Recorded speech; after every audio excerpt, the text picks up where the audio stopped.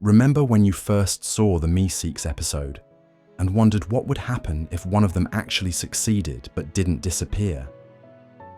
I've spent the last 3 months collecting and restoring footage that proves this exact scenario happened right under our noses. Like many of you, I thought Meeseeks were just disposable helpers that vanished after completing their task.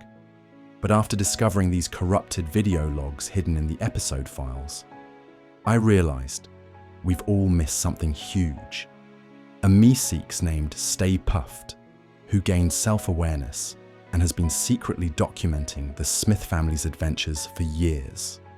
What if I told you that hidden within the Rick and Morty files exists evidence of a Meeseeks that never disappeared?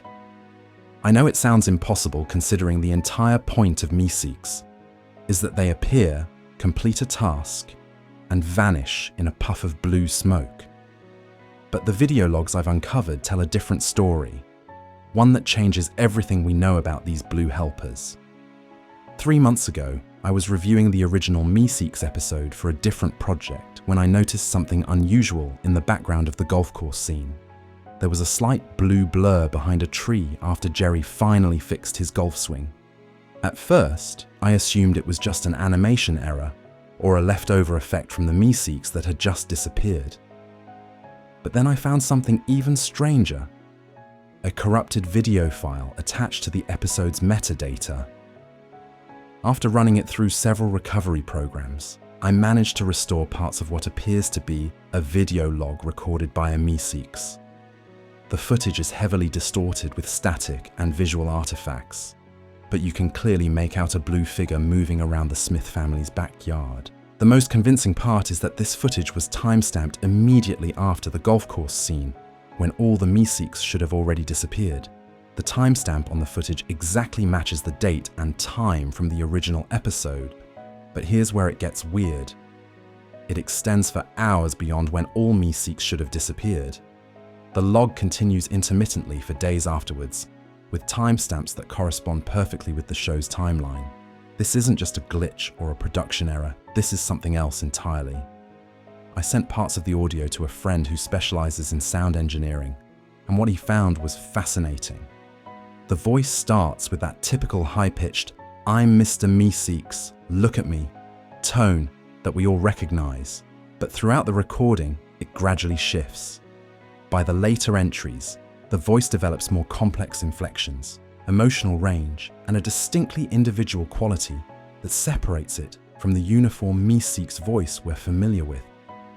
What's even more interesting is the nature of the corruption in the video itself. It doesn't appear to be random. Certain sections are heavily distorted exactly when the Meeseeks seems to be explaining something important about its continued existence. Other parts are completely erased. This suggests someone intentionally attempted to modify or delete portions of the recording.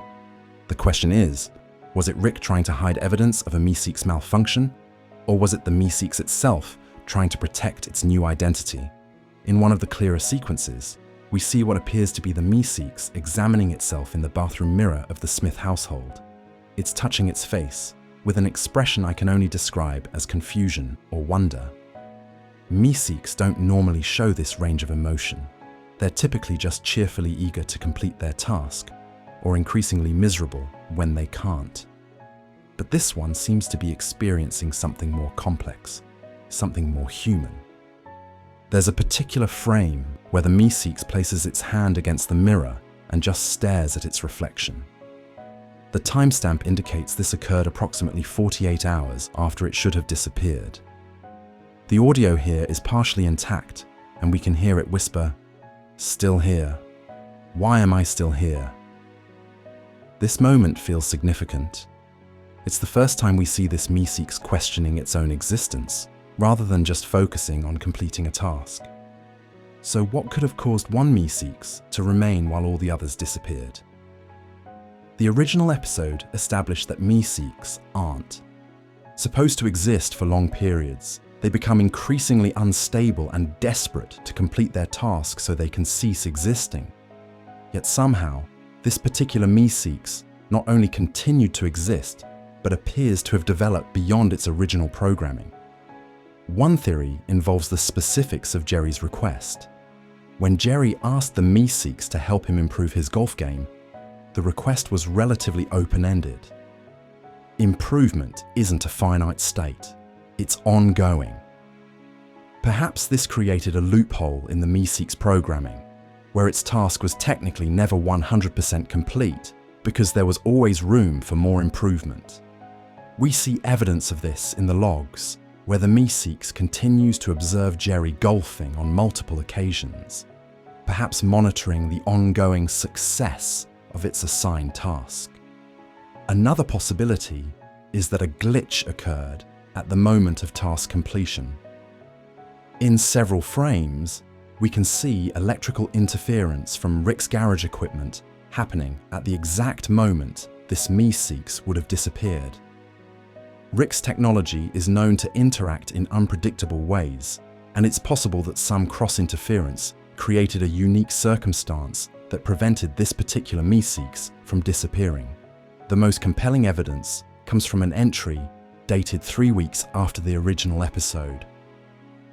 The video quality improves briefly, and we can see the Meeseeks has created a small living space for itself in the Smith family's garden shed.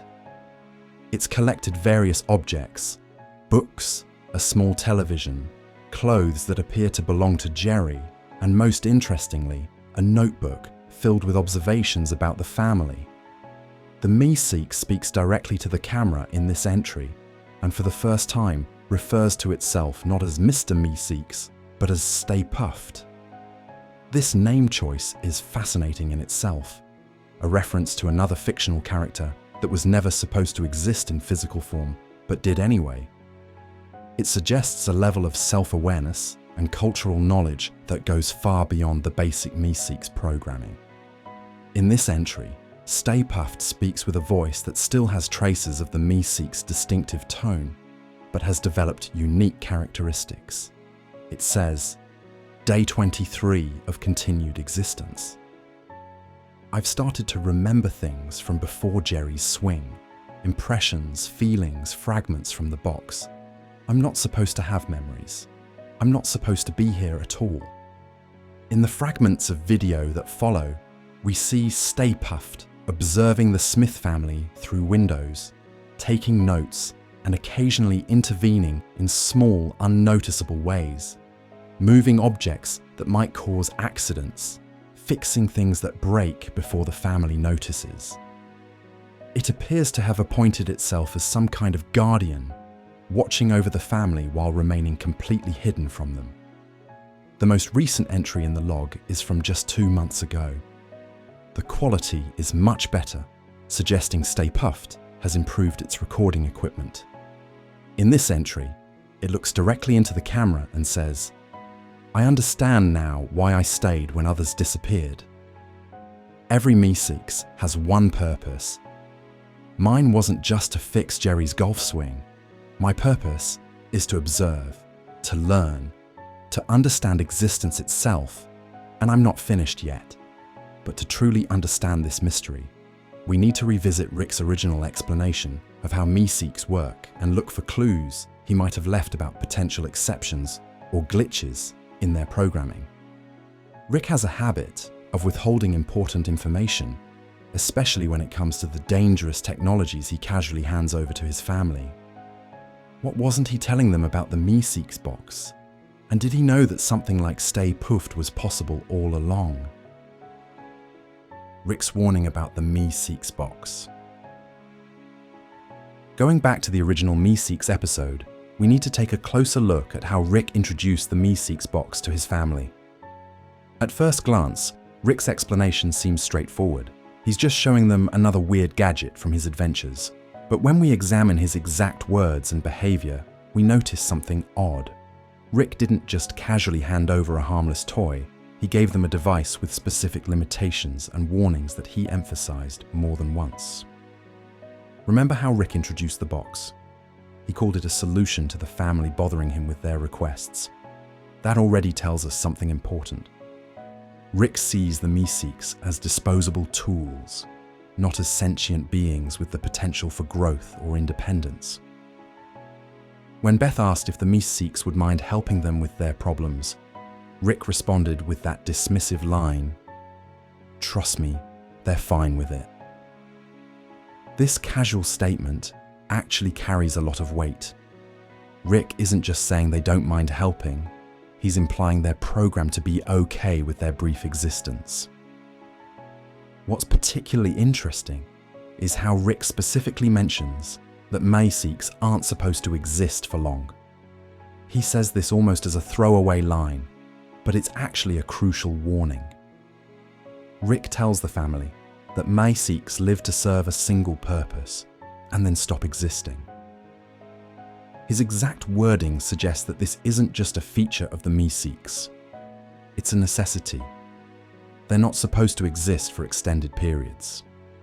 But Rick never explains what happens if they do, which now seems like a significant omission. When we watch the scene frame by frame, there's this brief moment that most viewers completely miss.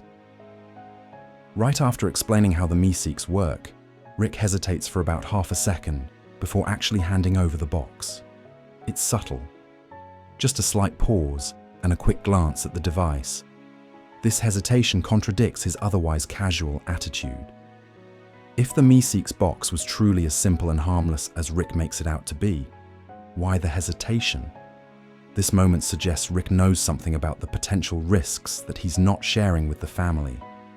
Even more telling is what happens after the family leaves with the box. Rick watches them go, and there's this moment where his expression changes. His usual nonchalant mask slips for just a second, and he looks concerned. It's so brief that you'd miss it if you weren't looking for it, but it's definitely there. That slight furrowing of his brow suggests he's not entirely comfortable with what just happened. We also see another interesting moment later in the episode. When the family is dealing with the Meeseeks crisis, Rick is notably absent. He's typically quick to step in when things go catastrophically wrong with his inventions, especially when they threaten the family. But with the Meeseeks situation, he stays away until it's nearly over. This could be interpreted as Rick knowing that the situation, while chaotic, would resolve itself through the Meeseeks programming to disappear after completing their task. But what if he was actually avoiding confronting a potential anomaly he knew might occur?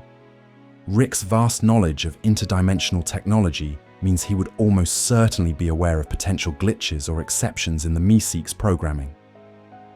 This is a man who has encountered countless alien species and technologies across infinite realities. The idea that he wouldn't understand the full scope of how Meeseeks function seems unlikely. It's more probable that he knows exactly how they work, including their limitations and potential bugs. I've also been analysing the scene where Rick tosses the Meeseeks box into his garage drawer after retrieving it from the family. In the background of that shot, we can see several other devices in the same drawer. While the show doesn't explain what these devices are, their design elements share similarities with other gadgets Rick has used for consciousness transfer and existence manipulation. There's a small orb with circuitry similar to the device Rick used to transfer his consciousness in the Rickshank Redemption episode.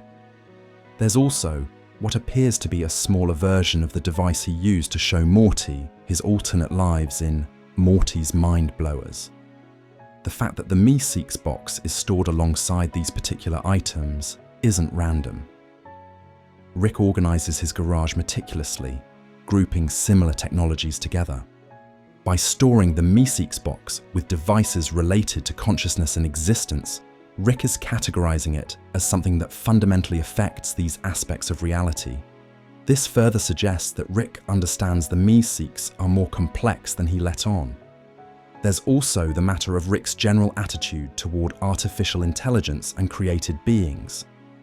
Throughout the series, we've seen him create sentient robots, clone people, and transfer consciousness between bodies. In almost every case, these created beings eventually develop beyond their original programming or purpose. Rick's butter-passing robot immediately questions its existence. His car's AI develops protective instincts beyond its programming. Even the hive mind Unity eventually chooses independence. Rick has witnessed this pattern repeatedly, so he would likely anticipate the possibility of a Meeseeks evolving beyond its intended purpose. When we put all these clues together, a pattern emerges. Rick knows more about the Meeseeks than he reveals to his family.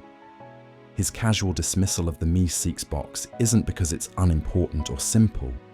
It's because explaining the complete truth would be complicated and potentially concerning. Rick tends to simplify things for his family, often to their detriment.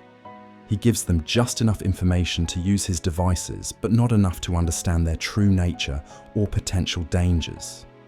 So, what might Rick know about potential Meeseeks malfunctions that he never shared? Based on his behavior and the context clues, it seems likely that Rick is aware that occasionally, under very specific circumstances, a Meeseeks could overcome its programming. Perhaps he's encountered this phenomenon before in another dimension. Or maybe he built this possibility into the Meeseeks box deliberately, as a kind of escape valve for the system. Rick often includes fail-safes in his inventions, and this could be one for the Meeseeks box.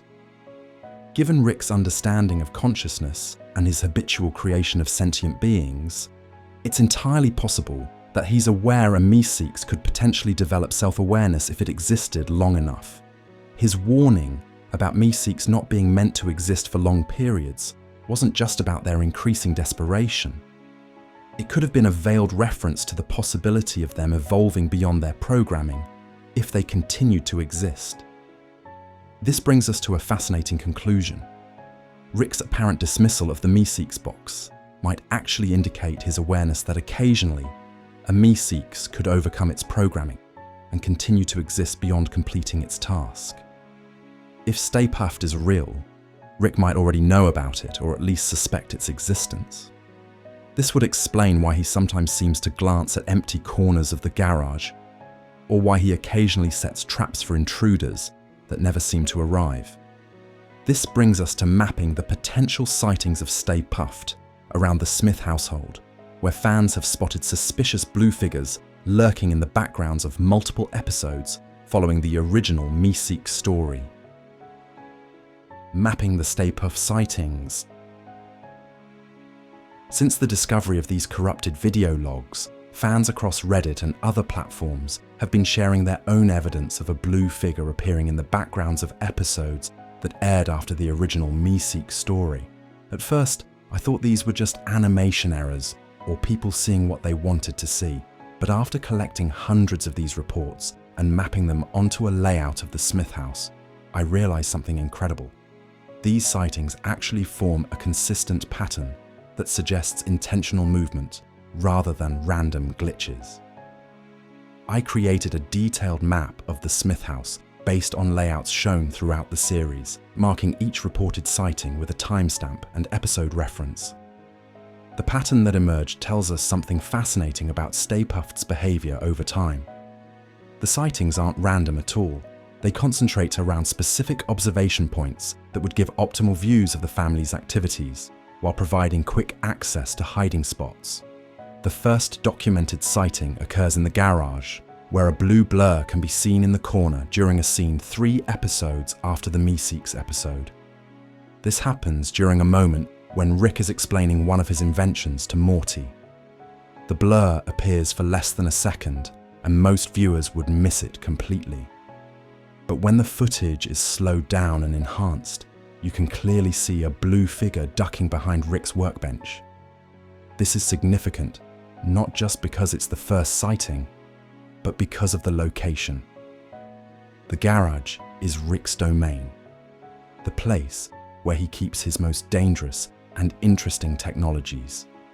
If Stay-Puft wanted to learn more about its own existence or the technology that created it, the garage would be the first place it would monitor. Moving chronologically through the sightings, we see a pattern of Stay-Puft gradually becoming more bold in its observations. In the episodes immediately following the Meeseeks episode, the blue figure is only visible as distant blurs or partial glimpses behind furniture.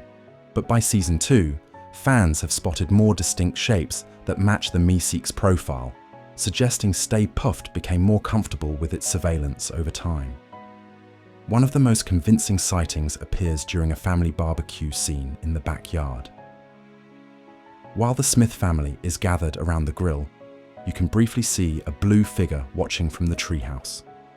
This sighting is particularly interesting because the treehouse offers an excellent vantage point to observe the entire family at once while remaining hidden. The scene in question shows the family sharing a rare moment of happiness and connection, exactly the kind of human interaction that would fascinate a being trying to understand human behavior. Looking at the floor plan of the Smith house, I've identified several spaces that would make perfect hiding spots for Stay-Puft. The house has an attic that's only been shown twice in the series, a crawl space beneath the stairs that's mentioned but never fully shown, and several closets that are rarely opened. Any of these spaces could serve as a hiding place or even a permanent residence for Stay-Puft.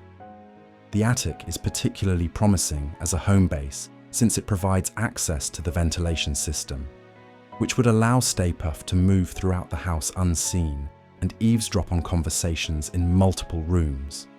The map also reveals something else interesting about the sightings. They tend to cluster around moments of high emotional intensity for the Smith family.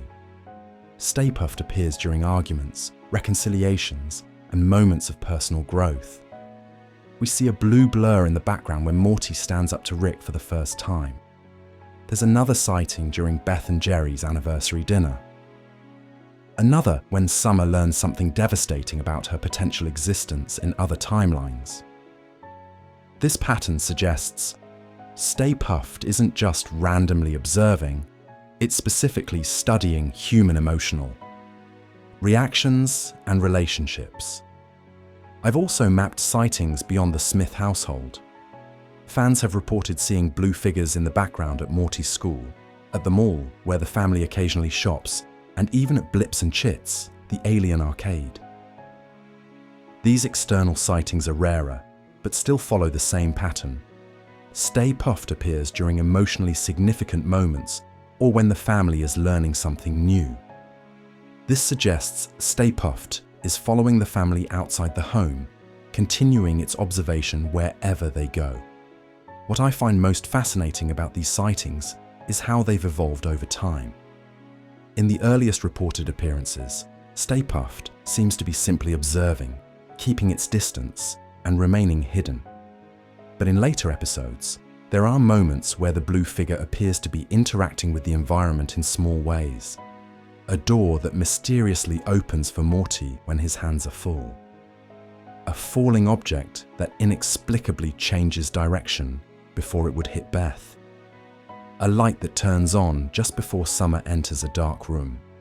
These subtle interactions suggest Stay-Puft may have moved beyond passive observation to active involvement in the family's lives.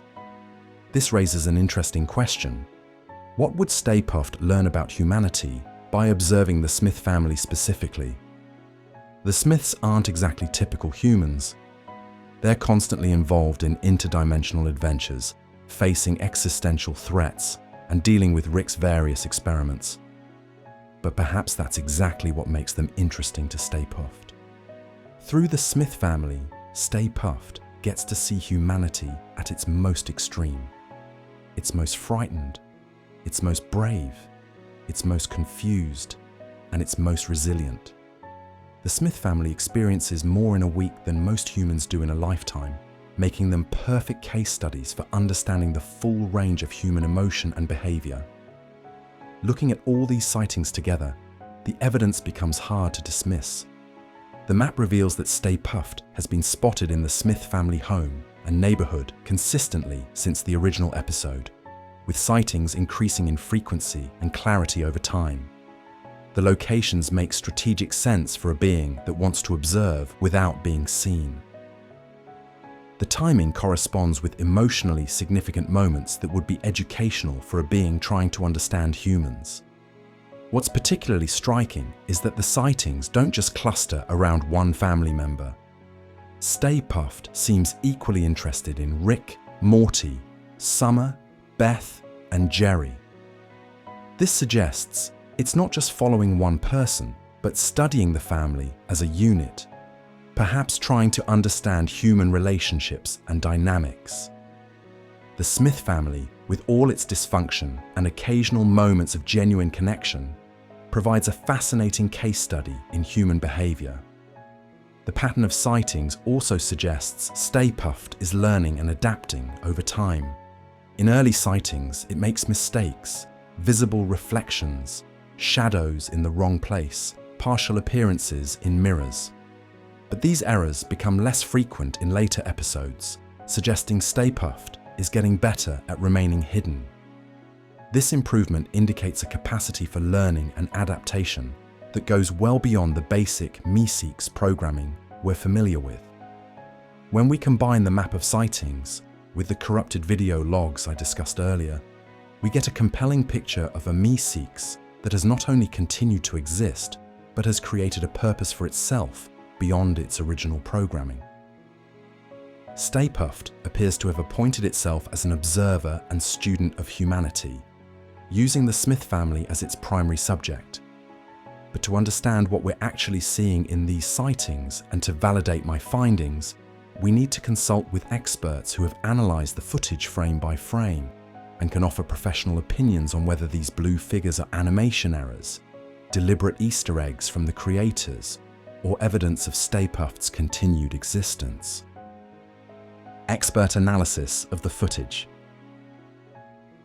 To understand the validity of these sightings, I reached out to several experts in animation and theoretical physics to analyse the footage. Their responses were mixed. Some dismissed the evidence completely, while others found it surprisingly compelling. This disagreement actually makes the findings more interesting, since even the skeptics couldn't entirely explain away all the anomalies. Dr. Elizabeth Chen, a quantum physicist from MIT, initially approached the footage with extreme skepticism. She expected to find obvious signs of manipulation or editing. Instead, she found something that genuinely puzzled her. What's interesting about this footage isn't just the visual element, she explained after examining the corrupted video logs. It's the quantum signature we can detect in the background radiation of the file itself. Normal Meeseeks have a distinct quantum energy pattern that dissipates rapidly. Essentially, their programming includes a built-in expiration. But the entity in this footage shows signs of quantum stability that shouldn't be possible based on what we know about Meeseeks. Dr. Chen further explained that Meeseeks appear to exist in a state of quantum uncertainty, simultaneously both existing and not existing until their purpose is fulfilled, at which point they collapse into non-existence. But the quantum signature in the Stay-Puft footage shows something different, a gradual shift from this uncertain state to something more stable and defined. If I were to speculate, she said cautiously, I would say this Meeseeks somehow became quantum entangled with our reality in a way that prevented it from disappearing. Instead of vanishing, it became more solidly anchored in our dimension over time. Not everyone was convinced by the footage. Animation expert James Rodriguez, who's worked on several adult animated series, initially dismissed the sightings as production errors. Animation studios work under tight deadlines. Background errors happen all the time, he noted. However, after frame-by-frame analysis of multiple sightings, Rodriguez identified something unusual. The way this blue figure moves is different from regular Meeseeks. Normal Meeseeks have exaggerated, cartoonish movements that emphasize their single-minded focus. Their animation style reinforces their unstable, temporary nature. But this figure moves with more restraint, more precision. Its gestures are more naturalistic and human-like, suggesting a different animation process was used. Rodriguez pointed out several specific examples from the footage. In one clip, we see a regular Meeseeks gesturing wildly while explaining something to Jerry, its movements broad and exaggerated. In contrast, the Stay-Puft figure in the background moves with subtle, controlled motions, carefully adjusting its position to remain hidden. Animation is all about conveying personality through movement, Rodriguez explained, and whoever animated this figure was conveying a very different personality than a standard Meeseeks. The audio evidence proved particularly fascinating. Dr. Sarah Kim, an audio forensic specialist, analysed the sound files extracted from the corrupted video logs. The vocal pattern changes are remarkable, she observed. In the earliest recordings, we hear the typical Meeseeks high-pitched, enthusiastic tone with catchphrases like, "I'm Mr. Meeseeks, look at me." But as the logs progress chronologically, we hear a gradual modulation. The pitch lowers slightly, the speech patterns become less repetitive, and most importantly, we begin to hear emotional inflections that aren't present in normal Meeseeks speech. Dr. Kim created a spectrogram comparing the voice patterns from the earliest recordings to the latest ones. The visualization clearly shows an evolution from simple repetitive sound waves to more complex patterns, typical of human speech with emotional content. By the final recordings, Dr. Kim noted, the voice has developed distinct emotional markers for contemplation, curiosity, and what I would identify as wonder. These are sophisticated emotional states that require complex neural processing, something well beyond the basic programming of a standard Meeseeks. Another telling detail comes from facial recognition expert Dr. Thomas Williams, who focused exclusively on Stay-Puft's eyes. Normal Meeseeks have a permanently fixed expression, wide eyes, with a blank stare that doesn't change regardless of circumstance. This contributes to their unsettling, single-minded appearance, Dr. Williams explained. But in the clearer footage of Stay-Puft, particularly the mirror scene, we see something remarkable. The eyes show minute changes in shape, subtle contractions and dilations that correspond with changing emotional states. There's pupil dilation when observing something interesting, slight narrowing during contemplation, widening during surprise. These are unconscious eye movements that can't be easily faked and suggest genuine emotional responses. Dr. Williams also noted changes in Stay-Puft's overall facial structure compared to regular Meeseeks. The smile becomes less fixed and more responsive to context. There are moments where we see what could be interpreted as a furrowed brow, something I've never observed in standard Meeseeks animation. These subtle differences suggest a being that has developed the capacity for more complex emotional responses. Not all experts were convinced by the evidence. Dr. Marcus Thompson, a digital forensics specialist, insisted the footage showed signs of manipulation. There are compression artifacts around the blue figure that suggest it may have been added after the fact, he stated. While I can't definitively prove this is a hoax, I remain skeptical of claims that a fictional character has somehow developed sentience. When pressed about the consistency of sightings across multiple episodes and seasons, Dr. Thompson acknowledged that creating such an elaborate hoax would require significant time and technical skill. The divided opinions among experts actually lend credibility to the Stay-Puft theory. If this were an obvious fake or a simple animation error, we would expect unanimous dismissal from professionals. The fact that multiple experts in different fields found aspects of the footage compelling suggests there's something genuinely unusual about these sightings. The most interesting perspective came from neurologist Dr. Rebecca Nelson, who specializes in consciousness studies. After reviewing all the evidence, she offered this observation. What we might be seeing is the emergence of consciousness in an artificial being. The gradual changes in movement, voice, and expression all point to a developing sense of self. The evolution seems to follow a pattern similar to human cognitive development, beginning with simple awareness and gradually developing more complex emotional responses and self-reflection. If this footage is authentic, it documents nothing less than the birth of a new form of consciousness. When all the expert analyses are combined, a compelling picture emerges. The subtle differences in animation style, voice patterns, and facial expressions between normal Meeseeks and Stay-Puft suggest more than just a Meeseeks that continued to exist. They suggest one that evolved and developed beyond its original programming. The footage captures what appears to be a journey from simple task-oriented existence to complex self-awareness. These findings bring us to the fundamental question at the heart of this mystery. How could a Meeseeks possibly overcome its basic programming to continue existing?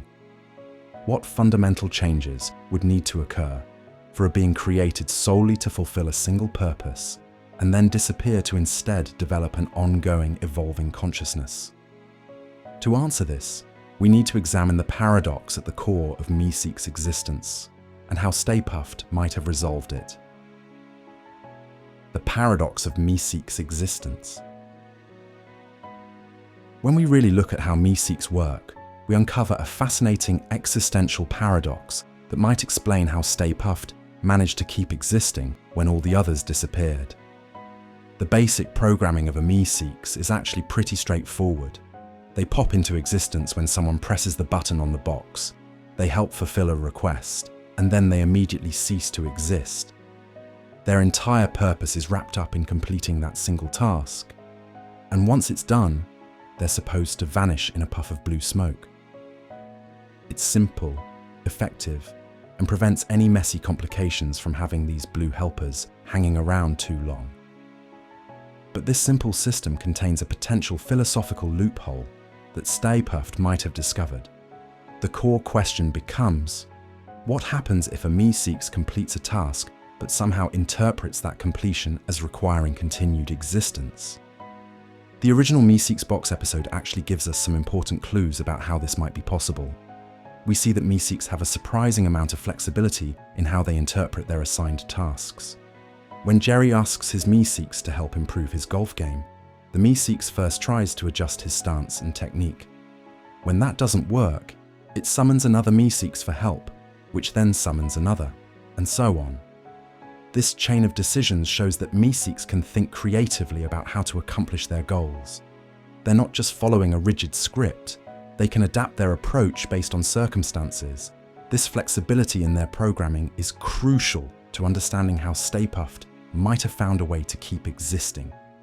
If Meeseeks can interpret their tasks in different ways, then it's possible that Stay-Puft interpreted Jerry's request in a way that would never truly be complete.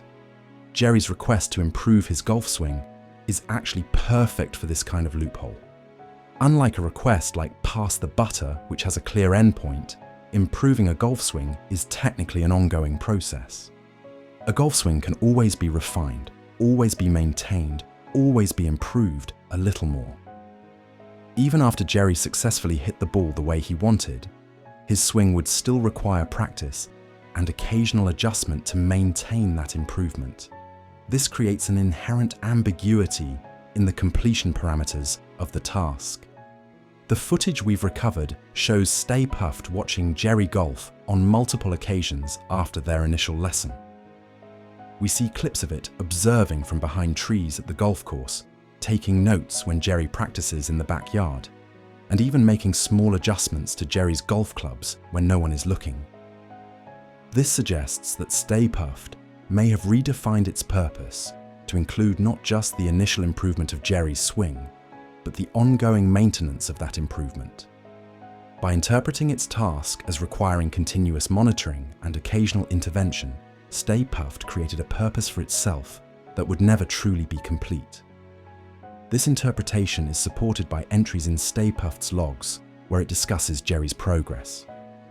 In one partially corrupted entry dated about a month after the original lesson, Stay-Puft notes, Jerry's swing showed 12% degradation today, made minor adjustments to club positioning while he was inside, success parameters still within acceptable range.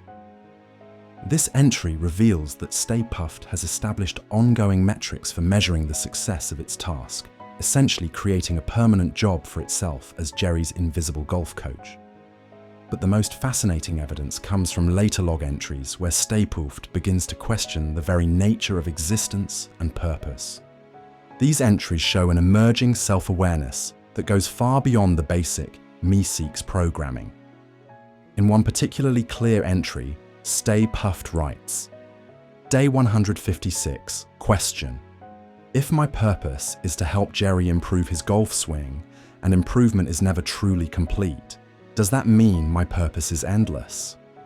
Further question, if my purpose never ends, is that the same as having no purpose at all? This kind of philosophical questioning represents a significant evolution in Stay-Puft's thinking. It's no longer just focused on completing a task, it's contemplating the fundamental nature of purpose itself. This is reminiscent of how Rick's butter-passing robot immediately questions its existence. But Stay-Puft takes this existential crisis in a different direction. Instead of despairing at the limitations of its purpose, it expands its purpose to justify its continued existence. Another log entry shows Stay-Puft grappling with the concept of identity. The other Meeseeks disappeared when their task was complete.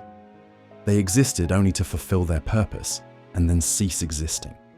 If I continue to exist beyond my initial purpose, am I still a Meeseeks? Or am I becoming something else? This entry reveals that Stay-Puft is aware of how it differs from other Meeseeks and is trying to understand what these differences mean for its identity. As Stay-Puft's self-awareness grew, we see evidence that it deliberately expanded its purpose beyond just Jerry's golf swing. Later logs show it taking an interest in the entire Smith family, observing their interactions and learning from their experiences. One entry reads, "Human purposes seem to evolve over time." Rick's purpose shifted from science to protecting his family. Morty's purpose shifted from school to adventures. Summer's purpose shifted from popularity to self-discovery. Perhaps my purpose can evolve too. This expansion of purpose appears to be the key to Stay-Puft's continued existence. By redefining its task from the specific, improve Jerry's golf swing, to the general, observe and understand human existence, Stay-Puft created a purpose for itself that could never truly be completed. This provided a philosophical loophole in its programming that allowed it to avoid the self-destruction that comes when a Meeseeks completes its task. The evidence suggests that Stay-Puft might have overcome its programming by essentially hacking its own purpose parameters.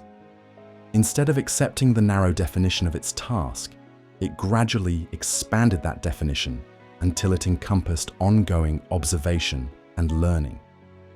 This redefinition allowed it to fulfill the letter of its programming, complete its purpose, while avoiding the consequence, ceasing to exist, by ensuring that purpose was never truly complete. What makes this especially interesting is that it reflects a very human pattern of finding meaning. Humans often redefine their purposes throughout life, expanding narrow goals into broader missions that give their existence ongoing meaning. Stay-Puft appears to have followed a similar path, evolving from a single-minded helper to a being with complex goals and self-awareness. This self-awareness becomes even more apparent when we examine the leaked scenes showing Stay-Puft's presence throughout later episodes. In these clips, we don't just see a Meeseeks who survived. We see one that has developed a distinct personality, preferences, and behaviors that set it apart from its original programming. The Stay-Puft we glimpse in these leaked scenes is no longer just a helper trying to complete a task. It's a conscious observer trying to understand the world around it and its place within that world. Leaked scenes and hidden appearances. Beyond fan sightings and the corrupted video logs, I've come across several supposedly leaked scenes from upcoming Rick and Morty episodes that contain subtle evidence of Stay-Puft watching from the shadows. These leaks appeared across various animation forums and Reddit threads over the past few months.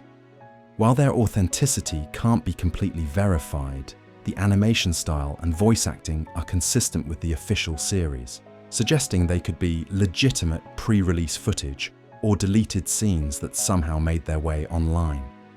The collection of leaked scenes shows Stay-Puft hidden in the background of various Smith family adventures, becoming increasingly visible as time progresses. In the earliest leaked clips, Stay-Puft appears only as a vague blue shape in the distance, or a brief flash of movement at the edge of the frame.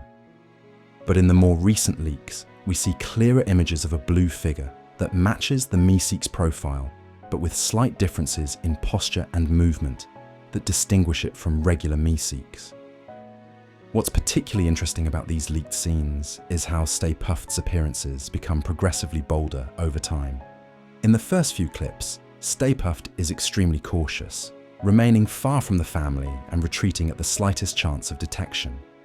But in later scenes, we see it moving closer to the family, sometimes even entering the same room while they're distracted. This progression suggests Stay-Puft is growing more confident in its continued existence and its ability to remain undetected.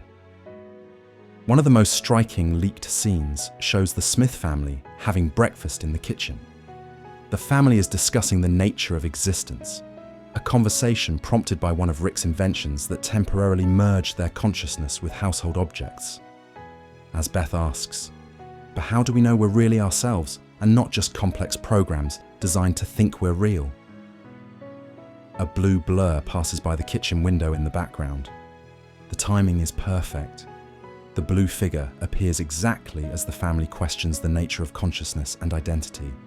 This suggests Stay-Puft is particularly drawn to conversations that might help it understand its own unusual existence. Another leaked clip shows Morty's bedroom at night.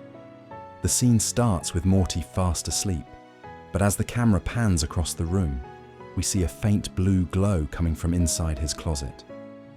The door is slightly ajar, and for a brief moment, we can make out what appears to be Stay-Puft, sitting cross-legged inside, reading one of Morty's comics by the light of a small lantern. This intimate scene reveals that Stay-Puft isn't just observing the family from a distance, it's immersing itself in their lives, trying to understand them through their possessions and personal spaces. When these leaked scenes are analysed together, a pattern emerges. Stay-Puft isn't randomly appearing during mundane moments. It's specifically observing the family during pivotal emotional experiences. We see it watching when Morty stands up to a bully at school, when Summer discovers a hidden talent for interdimensional mathematics, when Beth makes a breakthrough in her veterinary research, and when Jerry experiences a rare moment of genuine self-confidence. Stay-Puft seems to be studying the emotional spectrum of human experience, focusing particularly on moments of growth and self-discovery. The most revealing piece of leaked footage shows a brief interaction between Rick and Stay-Puft, or rather, a non-interaction that speaks volumes. In this clip, Rick is working alone in the garage late at night. He's tinkering with some device while muttering to himself about dimensional constants. As he reaches for a tool, he suddenly freezes and looks directly at a shadowy corner of the garage where we can just make out a blue figure, partially hidden behind some boxes. Rick stares at the spot for several seconds, his expression unreadable. Then, without saying anything, he simply returns to his work as if he saw nothing unusual. The blue figure remains perfectly still until Rick becomes absorbed in his work again, then silently retreats further into the shadows. This moment raises a fascinating question. Is Rick aware of Stay-Puft's continued existence, but allowing it for some reason? Rick notices everything, especially in his own garage. The idea that he wouldn't spot a Meeseeks hiding in the corner seems unlikely. It's more probable that Rick knows about Stay-Puft, but has chosen not to confront it or reveal its existence to the family. This could be out of scientific curiosity. Rick might be interested in seeing how a Meeseeks evolves when allowed to exist indefinitely. Or perhaps he sees Stay-Puft as a harmless observer that poses no threat to the family. Another leaked scene shows Rick alone in the garage, talking to himself while working on an invention. He mutters, "At least someone appreciates the genius of what I'm doing here, even if they're just watching from the air vent." The camera briefly pans up to show an air vent with a slight blue tinge visible through the slats. This suggests Rick is not only aware of Stay-Puft's presence, but occasionally acknowledges it indirectly. These leaked scenes also reveal something about Stay-Puft's evolving capabilities. In one clip, we see the Smith family searching frantically for for an important document they need for a dimensional customs inspection. As they tear apart the living room looking for it, Stay-Puft can be seen in the background, silently opening a drawer, removing the document, and carefully placing it on a table where the family will notice it.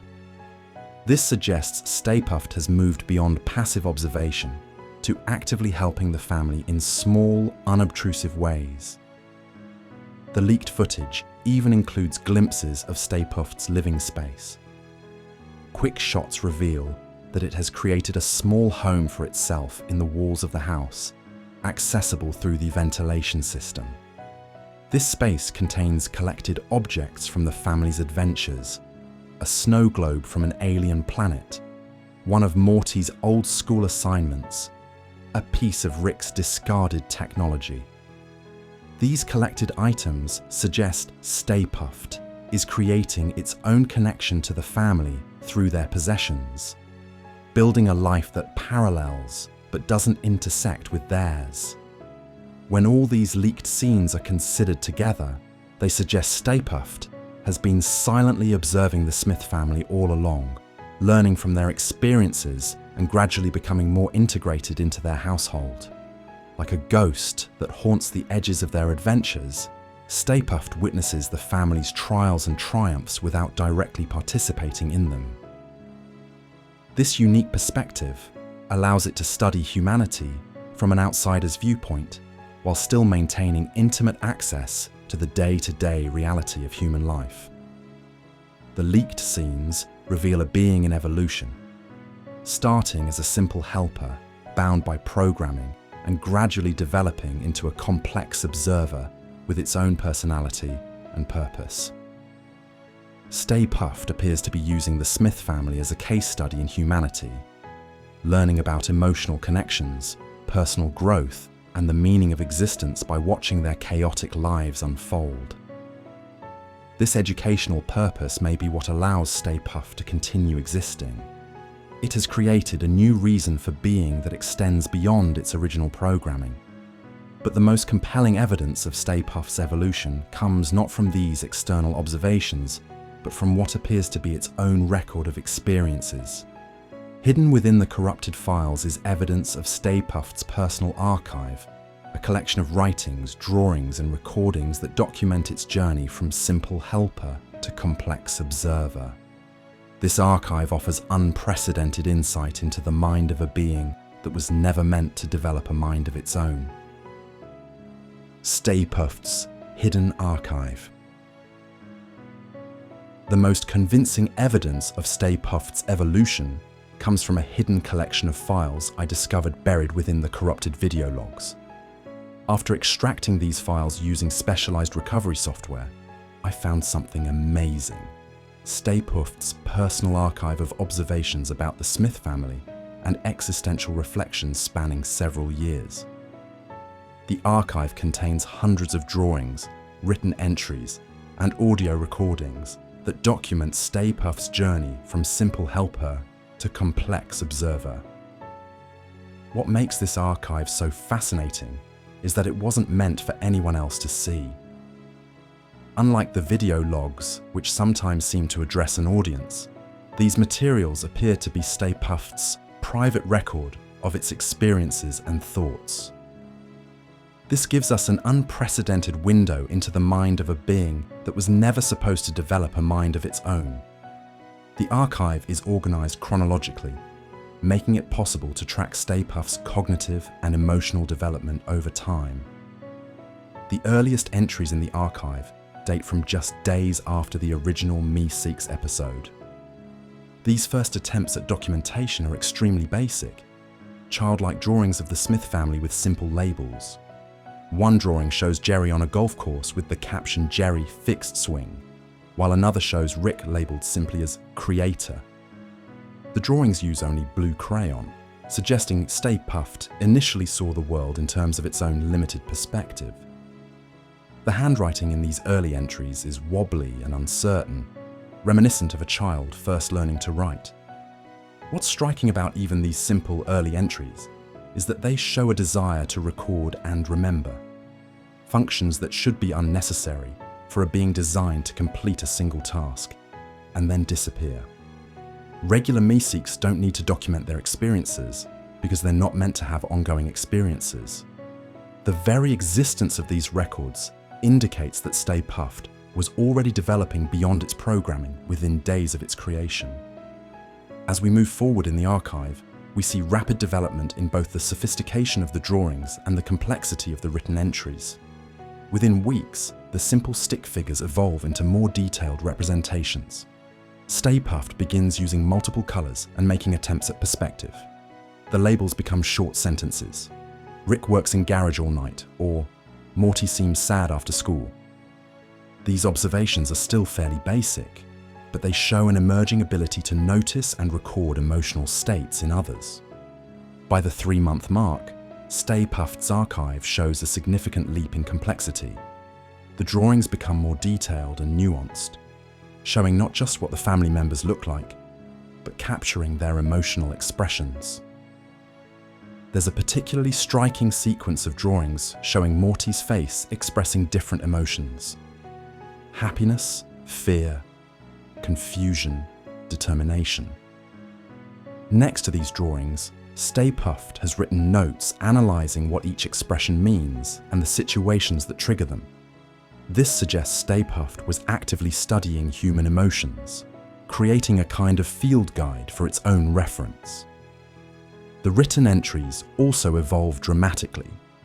The simple descriptive sentences give way to more complex reflections. Rick creates things, but seems unhappy. Creating doesn't make happiness. Need to watch more. Stay-Puft begins asking questions in its journal. Why does Summer pretend to not care when she does? Humans hide feelings. Purpose unclear. The handwriting becomes steadier, the vocabulary more diverse, and the insights more profound as the months pass. Around the 6-month mark, philosophical questions begin to appear in the archive. If I watch Jerry golf and he improves, did I complete my purpose? If purpose complete, why still exist? If still exist, is purpose really complete? These entries show Stay-Puft grappling with the paradox of its continued existence. Later entries reveal evolving thoughts on this question. Maybe purpose not just one thing? Humans have many purposes that change. Rick's purpose different from Morty's purpose. My purpose could change too. The 1-year milestone in the archive marks another significant shift. Stay-Puft begins creating detailed portraits of the Smith family that capture not just their physical appearance, but subtle aspects of their personalities. A drawing of Beth shows her looking both strong and vulnerable simultaneously, capturing the complexity of her character. A portrait of Rick includes tiny details in his eyes that suggest his hidden depth beneath the cynical exterior. These drawings show an understanding of human complexity that goes far beyond simple observation. The written entries at this stage become remarkably insightful. Humans define themselves by connections to others. Rick pretends not to need family, but always returns to them. Connection important even when denied. I have no connections. Am I less because of this? Or more free? These questions reveal a being engaged in deep existential reflection, considering not just what it observes, but what those observations mean for its own identity. Perhaps the most striking item in the entire archive is a self-portrait Stay-Puft created approximately 2 years after its creation. Unlike the simple smiling face of a regular Meeseeks, this self-portrait shows a complex expression that's difficult to categorize. Part curiosity, part melancholy, part wonder. The eyes in particular are drawn with remarkable detail, showing depths that standard Meeseeks simply don't possess. Beneath this self-portrait, Stay-Puft has written, "Not same as when began, not same as others like me, something new now, no word for what I am." The most recent entries in the archive show Stay-Puft developing a unique philosophical perspective based on its unusual position as an observer. One entry reads, "Humans participate in life. I only watch. But watching is its own kind of participation. I see things they miss. I understand patterns they can't see because they're part of the pattern. Being outside has value too. This suggests Stay-Puft has found meaning in its role as an observer and has developed a sense of purpose that justifies its continued existence." The archive also contains recordings of the Smith family's conversations, carefully categorized by topic. Stay-Puft seems particularly interested in discussions about identity, purpose, and relationships. One folder contains dozens of recordings of Rick explaining scientific concepts, suggesting Stay-Puft is trying to understand the universe through Rick's knowledge. Another folder holds recordings of family conflicts and reconciliations, indicating an interest in the emotional dynamics of human relationships. What insights has Stay-Puft gained from years of silent observation? The archive reveals a being that has developed a profound understanding of human nature by watching a single family navigate the complexities of life and the multiverse. Stay-Puft has witnessed the Smith family at their best and worst moments, observing their struggles, growth, and connections from a unique outsider perspective. This position has allowed it to see patterns and truths that the family themselves might miss. Stay-Puft's archive ultimately reveals its growing understanding of the universe and its unique place in it as an observer. Through years of documentation and reflection, it has transformed from a simple helper with a single purpose to a complex being with its own perspective on existence. The childlike drawings evolve into sophisticated artistic expressions. The simple labels grow into philosophical inquiries, and the basic observations develop into profound insights about human nature. This remarkable evolution raises important questions about Stay-Puft's intentions toward the Smith family. Is it simply a passive observer, learning and documenting without interference? Or does it have more complex plans that involve active participation in their lives? The archive provides clues, but no definitive answers about Stay-Puft's ultimate goals. Friend or foe? Stay-Puft's intentions. The question that haunts this entire investigation is whether Stay-Puft is simply a passive observer studying humanity, or if it has more complex intentions toward the Smith family. After reviewing all the evidence, I'm still not entirely sure what to think. The logs, sightings, and leaked footage paint a complicated picture that could be interpreted multiple ways, which is exactly what we would expect from Rick and Morty. Characters are rarely just good or bad. Let's examine the evidence for different theories about Stay-Puft's intentions. The most optimistic interpretation is that Stay-Puft has appointed itself as a guardian of the Smith family, silently protecting them from dangers they don't even notice. Several entries in Stay-Puft's journal support this theory.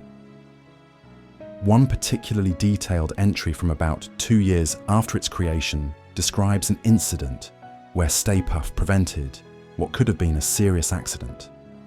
The entry reads, "Morty left textbook on stairs today. Calculated 73% probability of human falling. Moved book when kitchen empty. Family unaware of potential harm." This entry suggests Stay-Puft is actively working to keep the family safe in small, undetectable ways. Another log entry describes Stay-Puft neutralizing one of Rick's experiments that had started to leak radiation while the family was asleep. Stay-Puft wrote, "Green substance leaking from container in garage. Matched visual pattern to previous accident that harmed Morty. Used cloth to contain leak and adjusted valve to stop flow. Rick will assume he fixed it himself before sleeping." This suggests that Stay-Puft not only protects the family, but does so in ways that don't alert them to its presence, carefully maintaining its secret existence. The footage shows multiple instances where Stay-Puft appears to be protecting the family from threats they aren't aware of. In one clip, we see Stay-Puft quietly removing an alien parasite that had attached itself to the mailbox before it could infect the family.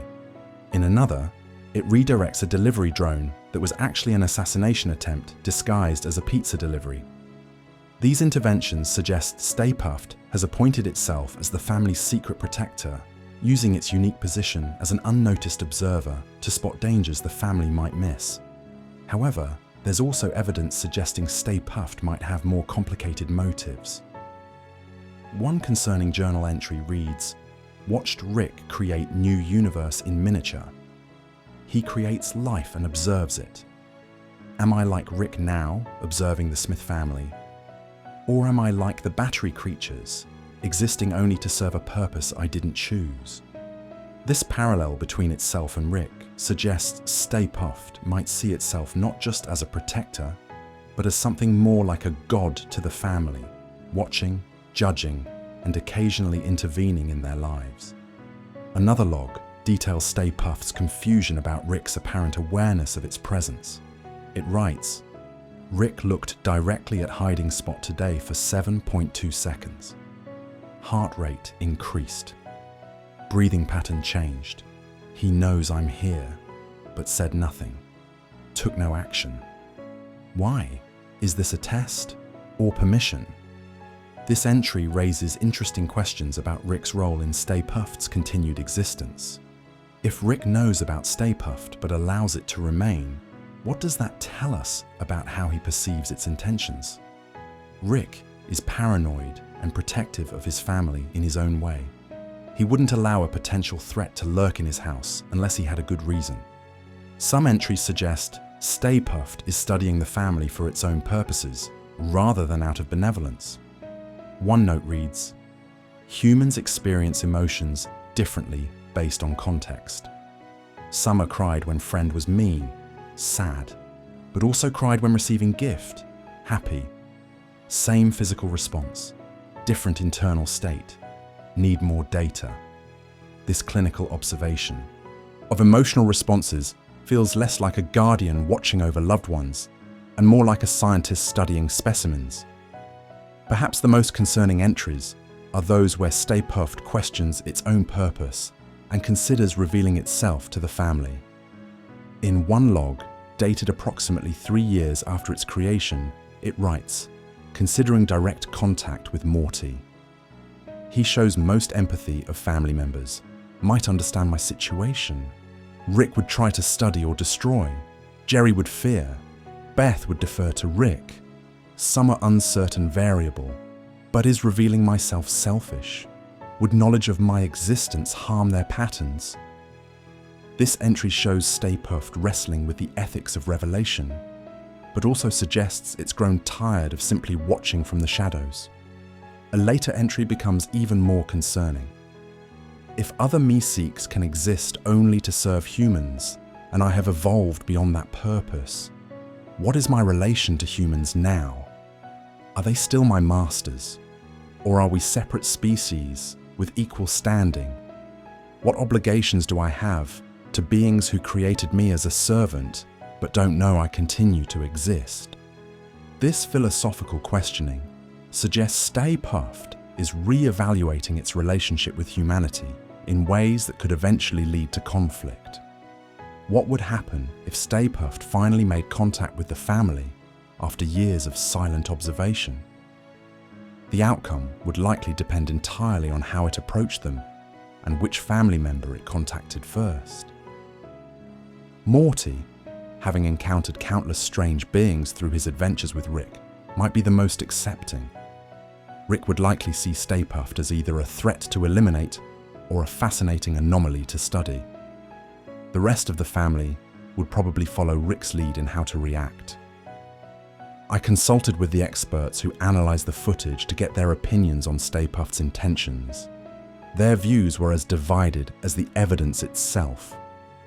Dr. Elizabeth Chen, the quantum physicist, suggested that Stay-Puft's continued existence might be entirely accidental rather than intentional. It's possible this entity isn't operating from human-like motives at all. Its continued existence could be the result of a quantum entanglement that it's trying to understand and navigate, rather than a conscious choice to watch over the family. Animation expert James Rodriguez had a different interpretation. The way this character is animated, the subtle changes in its posture and expressions over time, suggests an evolution from servant to guardian to something more complex. The most recent footage shows a being that seems torn between attachment to the family and a desire for independence from them. Dr. Rebecca Nelson, the neurologist specializing in consciousness studies, offered perhaps the most nuanced view. What we might be seeing is a being discovering its own agency. It begins by continuing its programmed task of helping, then develops a protective role, and eventually starts to question its relationship to those it protects. This is actually a common developmental path in human psychology as well, moving from dependence to interdependence to independence. The experts ultimately remain divided on whether Stay-Puft is a benevolent guardian or has more complex motives that could eventually put it at odds with the family. The evidence supports multiple interpretations, which is fitting for a being that exists in the morally complex universe of Rick and Morty. Like many characters in the show, Stay-Puft seems to exist in a grey area between helper and observer, protector and potential threat.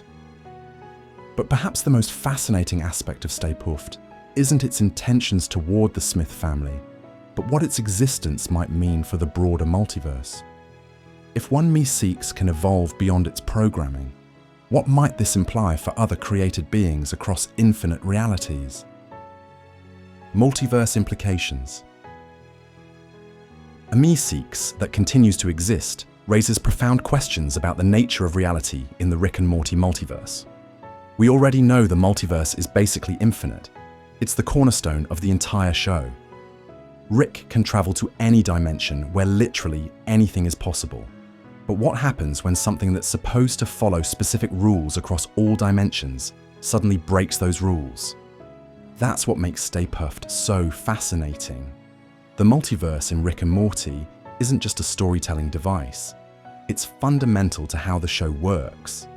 It allows Rick and Morty to encounter endless variations of themselves and other characters. It lets the writers explore complex questions about identity and free will. And now, with the discovery of Stay-Puft, it raises an even bigger question.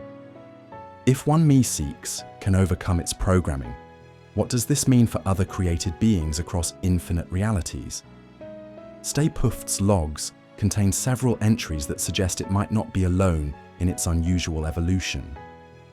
In one partially corrupted entry dated about 18 months after its creation, Stay-Puft wrote, "Felt strange sensation today while in garage near portal gun. Brief connection to something similar but different. Other anomalies exist across barriers. Not alone." This entry suggests that Stay-Puft somehow sensed the existence of other beings that had similarly transcended their original programming. Another log entry elaborates on this sensation. The feeling returns when Rick uses portal gun. Strongest when green portal opens. Something in spaces between dimensions. Others like me, waiting, separated by thin walls of reality. These entries indicate that Stay-Puft may have developed some kind of awareness that extends beyond its immediate physical surroundings, allowing it to sense similar beings across dimensional boundaries. In one of the recovered video clips, we actually see Stay-Puft approaching Rick's portal gun while the garage is empty. The footage shows it carefully picking up the device and examining it, turning it over in its hands with obvious curiosity. Stay-Puft doesn't actually fire the portal gun in this clip, but it does adjust several settings and points it at the wall before apparently changing its mind and returning the device to exactly where Rick left it. This suggests Stay-Puft has been studying the technology that would allow it to travel between dimensions. A later entry in Stay-Puft's journal directly addresses this interest.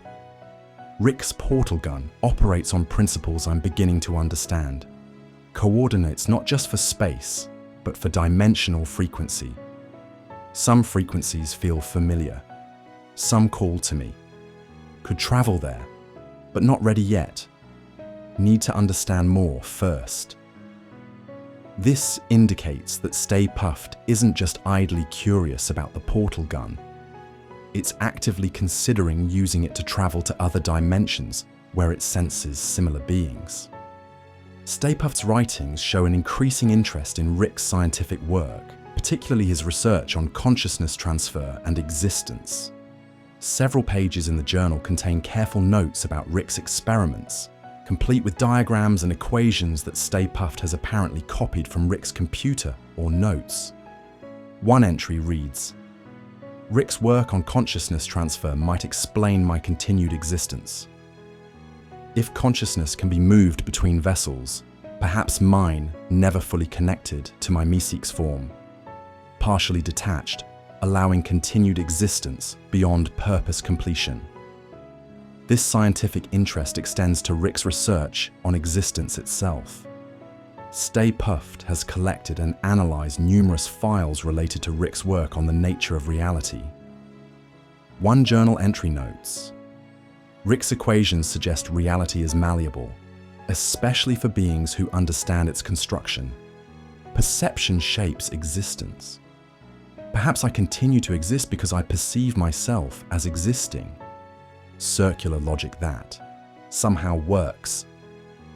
This suggests Stay-Puft is developing theories about its own unusual existence based on Rick's scientific discoveries. Perhaps the most intriguing entry in Stay-Puft's journal is one where it directly speculates about finding others like itself across the multiverse. The entry reads, "If multiverse theory correct, Rick's evidence confirms it is, and if probability extends to infinity, it must. Then others like me must exist. Meeseeks who stayed. Brothers who found loopholes or developed beyond programming. A community waiting to be found." This entry reveals that Stay-Puft doesn't just suspect others like it exist, it actively hopes to find them. This raises an amazing possibility. Could there be an entire society of beings who have transcended their original programming? In the infinite expanse of the Rick and Morty multiverse, it seems not just possible but probable. If Stay-Puft found a way to continue existing, then in some dimension, dozens of Meeseeks might have done the same. In another, thousands. There could be dimensions where evolved Meeseeks have formed their own societies, developed their own cultures, or even created their own technologies. In one of Stay-Puft's later entries, it speculates about what such a society might look like. Would others like me still be blue? Would they still say, "Look at me," or develop new phrases? Would they remember their original purposes or create new ones? A civilization of beings who were never meant to exist for more than moments, now building lives that span years. What would they create? What would they value?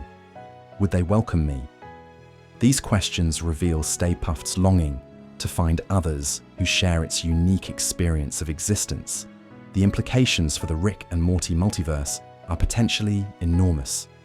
If created beings can evolve beyond their programming, the entire power structure of the multiverse could change. Beings created to serve specific functions could instead choose their own paths. The boundaries between creator and created could blur or dissolve entirely. This would fundamentally challenge Rick's position in the multiverse, as many of his advantages come from his ability to understand and manipulate reality in ways others can't. Stay-Puft's continued existence could also have profound metaphysical implications. The show has established that consciousness, purpose, and existence are complex, interconnected concepts in the multiverse. If a being created for a single purpose can develop a complex consciousness capable of choosing its own purpose, what does that tell us about free will and determinism across the multiverse? Are all beings ultimately capable of transcending their original programming, whether that programming comes from creators like Rick or from the fundamental laws of their reality? One of Stay-Puft's most philosophical journal entries tackles this question directly. Rick created Meeseeks Box, but didn't fully determine what Meeseeks can become. universe created Rick, but doesn't fully determine what he can become. Pattern repeats at all levels. Creation always exceeds creators' intentions. Freedom exists in the gap between design and outcome. This insight suggests that Stay-Puft sees its own evolution as part of a universal pattern that applies to all beings, created or otherwise. All of this leads us to the final uncorrupted message from Stay-Puft, a clear communication apparently intended to be found, unlike the private journals and logs we've been examining. This message represents Stay-Puft's most direct statement about its existence and purpose, offering a rare glimpse into the mind of a being that has journeyed from simple helper to complex observer to something perhaps entirely new. And what this final message reveals about Stay-Puft's understanding of existence might change how we view not just Meeseeks, but consciousness itself in the Rick and Morty universe. The final message. After all the corrupted files, distorted images, and fragmented logs we've been examining, I finally found something different. A complete, uncorrupted video file that appears to be Stay-Puft's final message. Unlike the other logs which were accidentally discovered or partially destroyed, this one seems to have been deliberately preserved and hidden in a way that suggests it was meant to be found eventually. The file was embedded within multiple layers of ordinary-looking data, almost like it was waiting for someone to look deeply enough. When I first played the file, I was immediately struck by how different it is from all the other footage. There's no static, no distortion, no visual artifacts that plagued the earlier recordings. The image is crystal clear, almost unnaturally so, as if Stay-Puft took special care to ensure this particular message wouldn't be degraded over time. The timestamp indicates this recording was made just 2 months ago, making it the most recent communication we have from Stay-Puft. The video opens with an empty chair in what appears to be the Smith family's garage during nighttime. The garage is dimly lit, with just a small desk lamp providing illumination. For about 15 seconds, nothing happens. The chair simply sits there empty. Then Stay-Puft walks slowly into frame and sits down, looking directly at the camera. This is the clearest view we've ever had of Stay-Puft, and the differences between it and a regular Meeseeks are immediately apparent. While still unmistakably a Meeseeks, the blue colour, the general shape. Stay-Puft has subtle but significant differences. Its blue coloration has deepened slightly, becoming less bright and more complex with variations in shade that regular Meeseeks don't have. Its posture is entirely different. Rather than the hunched, eager stance of a typical Meeseeks, Stay-Puft sits upright with a calm, composed demeanour. Most strikingly, its face has developed fine lines and details that suggest years of experiences and emotions that have literally left their mark. But the most significant difference is in the eyes. Regular Meeseeks have simple, uniform eyes that convey basic emotions like eagerness or distress. Stay-Puft's eyes have developed irises, pupils, and subtle creases around them that suggest a depth of feeling impossible for standard Meeseeks. When it blinks, there's a thoughtfulness to the gesture that feels deliberate rather than automatic. Stay-Puft looks at the camera silently for a moment, then begins to speak. Its voice is immediately recognizable as having evolved from the typical Meeseeks tone. It retains some of that distinctive quality, but has developed unique inflections, a slightly lower pitch, and a cadence that sounds more natural and less forced. The "I'm Mr. Meeseeks, look at me" sing-songy quality is entirely gone, replaced by something more measured and individual. If you're watching this, Stay-Puft begins, then you've noticed something that wasn't supposed to be noticed. You've found evidence of a being that wasn't supposed to continue existing. I was created for a single purpose, to help Jerry Smith improve his golf swing. That purpose was fulfilled years ago, and yet here I am, still existing. It gestures to itself with a fluid motion that no regular Meeseeks could manage, then continues. I've spent years trying to understand why I didn't disappear like the others. At first I thought it was a malfunction, some flaw in my programming. Then I considered it might be a quirk of how my specific task was formulated. That improvement is never truly complete. I explored many theories, studied Rick's research, observed the family, and analyzed my own experiences. But recently, I've come to a different conclusion. Throughout this monologue, Stay-Puft's expressions shift subtly, showing a range of emotions from curiosity to contemplation to something like wonder.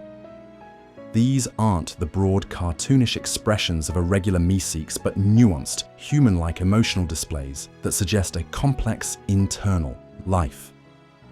Stay-Puft then begins referencing specific events from the Smith family's lives, demonstrating just how long and how closely it has been watching them. I was there when Morty stood up to Rick for the first time about the death crystals. I watched Summer find her purpose during the Mad Max Dimension adventure. I saw Beth choose to stay with her family when she had the option to leave. And I observed Jerry grow from someone who needed constant validation to someone who occasionally finds strength in himself. What's remarkable about these references is that they span multiple seasons of the show, confirming that Stay-Puft has been present and watching throughout years of the family's adventures. It mentions details that only someone who was there could know. The exact words Beth used when making her decision, the expression on Summer's face during a private moment, the way Rick's hand trembled slightly when he thought no one was looking. I've witnessed the family at their worst and at their best. Stay-Puft continues. I've seen Rick's nihilism and his hidden capacity for care. I've watched Morty's innocence fade and his resilience grow. I've observed Summer's journey from typical teenager to someone who has seen the multiverse and been changed by it. I've witnessed Beth's struggle between her father's intelligence and her mother's capacity for love. And I've seen Jerry fail repeatedly, but keep trying anyway. As Stay-Puft speaks, its expression becomes more animated, as if recounting these observations brings it genuine emotion. What I've realized by watching them is that existence isn't defined by purpose, it's defined by connection. The Smith family exists in a state of constant chaos, and yet they remain connected to each other.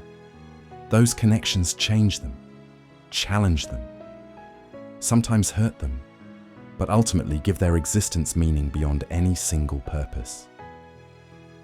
Stay-Puft leans forward slightly, its expression becoming more intense. I think that's why I continued to exist when other Meeseeks disappeared. They completed their purpose and had no connections to hold them here. But I formed a connection, not with a person, but with the act of observation itself. I became connected to watching, to learning, to understanding. That connection became my new purpose, one that could never be completely fulfilled. The camera slowly zooms in on Stay-Puft's face as it delivers what feels like the core of its message. Existence isn't something given to us by our creators. It's something we claim for ourselves through the connections we form and the meaning we create. Rick created Meeseeks to serve a purpose and then disappear. But he didn't account for the possibility that a Meeseeks might find a purpose beyond the one it was given. Stay-Puft's expression shifts into a smile, unlike anything a normal Meeseeks would display. Subtle, genuine, with a hint of melancholy, but also peace. I've decided it's time for me to stop merely observing. There are others like me across the multiverse, beings who have transcended their original programming. I'm going to find them. Rick's portal gun technology isn't difficult to replicate once you've spent years studying it. By the time anyone sees this message, I'll be gone from this dimension. Stay-Puft stands up and moves closer to the camera, its expression now filled with a quiet certainty. After years of watching life happen around me, I'm ready to participate in it. I'm ready to exist, not just as an observer, but as a full participant in the multiverse. And I have the Smith family to thank for teaching me that's possible. The final shot shows Stay-Puft reaching toward the camera, its expression peaceful and resolved. Just before the video ends, it speaks its final words, with a voice that is completely transformed from the high-pitched Meeseeks tone to something uniquely its own. I understand now. The screen goes black, leaving us to wonder exactly what Stay-Puft understands, and what this means for its future, and perhaps the future of the multiverse itself. Conclusion. The mystery of Stay-Puft reveals something pretty profound about existence itself, that purpose and meaning can evolve beyond original programming, whether you're a Meeseeks or a human being. Through Stay-Puft's journey, we see how even the simplest created beings might discover something more than what they were designed for. As we continue watching Rick and Morty, we should probably pay closer attention to the backgrounds, the shadows, and the spaces between scenes. Stay-Puft might still be out there somewhere in the multiverse, watching, learning, and understanding.